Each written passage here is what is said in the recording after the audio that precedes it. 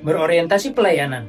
Bapak Baharudin Yusuf Habibie adalah salah satu tokoh bangsa yang paling mengimplementasikan nilai berorientasi pelayanan bagi bangsa dan negara. Di antaranya, maju menggantikan Presiden Soeharto yang lengser pada 20 Mei 1998, Bapak Habibie yang kala itu menjabat sebagai Wakil Presiden menghadapi pekerjaan rumah yang besar. Salah satu pekerjaan rumah tersebut adalah keadaan ekonomi yang porak-poranda yang berdampak pada hilangnya kepercayaan publik pada pemerintah. Untuk mengatasi krisis ekonomi, pemerintahan Bapak Habibie mengambil beberapa kebijakan penting, di antaranya bidang moneter, perbankan, dan fiskal. Yang kedua, memberikan kebebasan pada rakyat untuk menyalurkan aspirasinya, sehingga bermunculan partai-partai politik yang baru. Yang ketiga, membentuk 3 undang-undang yang demokratis, yaitu Undang-Undang Nomor 2 Tahun 1998 tentang partai politik, Undang-Undang tentang otonomi daerah, Undang-Undang Nomor 3 Tahun 1999 tentang pemilu, dan Undang-Undang Nomor 4 Tahun 1999 tentang susunan kedudukan MPR dan DPR. Penerapan core value ASN yaitu berakhlak pada nilai akuntabel dalam diri B.J. Habibie. Yang pertama, B.J. Habibie memiliki tekad yang sangat kuat dalam menggapai cita-citanya. Kejujuran yang tinggi, kedisiplinan, berani, profesionalisme, serta fokus dan berprinsip. Yang kedua, B.J. Habibie memiliki integritas yang sangat tinggi dan kekayaan akan ilmu pengetahuan. Yang ketiga, beragam gelar pendidikan dan kesuksesan di bidang iptek mustahil beliau dapatkan tanpa kedisiplinan yang tinggi.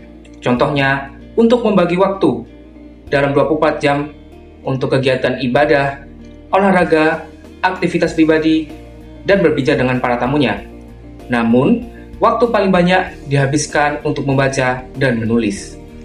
Baharudin Yusuf Habibie adalah contoh nyata nilai kompeten dalam berakhlak.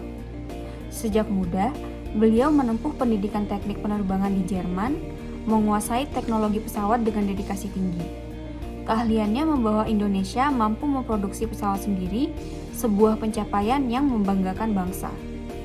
Pak Habibie tidak pernah berhenti belajar, selalu menggabungkan ilmu, inovasi, dan integritas. Ia membuktikan kompetensi bukan hanya soal kemampuan teknis, tapi juga keberanian untuk bermimpi dan mewujudkannya demi kemajuan negeri. Sikap harmonis. Pak Habibie merupakan salah satu teladan yang sangat mencerminkan sikap harmonis, di mana ia menghargai perbedaan baik suku maupun agama, dan tidak pernah ragu untuk mempelajari agama lain atau bergaul dengan orang yang berbeda keyakinan. Saat menempuh pendidikan, teman-teman Pak Habibie berlatar belakang orang Belanda, sehingga mereka mayoritasnya adalah beragama Kristen. Tetapi dengan penuh rasa hormat, Pak Habibie tetap menjaga hubungan yang baik tanpa mengorbankan prinsip dan jati dirinya. Pak Habibie juga terkenal rendah hati, suka menolong, dan sering memberikan motivasi kepada generasi muda, terutama dalam bidang pendidikan dan teknologi.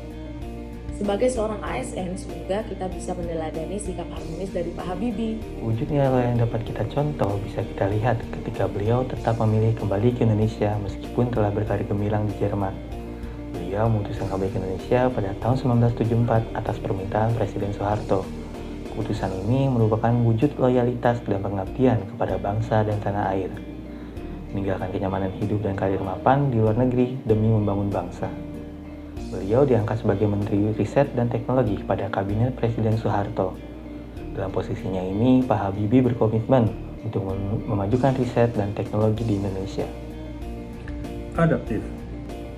Profesor B.J. Habibie juga dikenal dengan teori Craig Progression, di mana teori itu merupakan teori yang dipakai untuk memperkirakan titik awal retakan pada sayap pesawat terbang. Bahkan, teori Craig Progression berhasil meningkatkan standar keamanan pada pesawat terbang. Pesawat N250 merupakan pesawat penumpang sipil atau Regional Commuter Turboprop yang diproduksi oleh IPTN atau sekarang lebih dikenal dengan PT Dirgantara Indonesia yang dirancang langsung oleh Profesor B.J. Habibie. Kolaboratifnya Pak Habibie tak hanya untuk membangun teknologi, tapi juga membangun manusia. Beliau menggagas program beasiswa dan riset yang melibatkan pemerintah, universitas, dan lembaga internasional. Ribuan anak dikirim belajar ke luar negeri lalu kembali untuk membangun Indonesia. Pak Habibie percaya kolaborasi dalam pendidikan adalah kunci kemajuan. Dengan semangat ini, kita sebagai ASN harus terus bersinergi lintas sektor demi mencetak generasi unggul untuk masa depan bangsa yang lebih baik.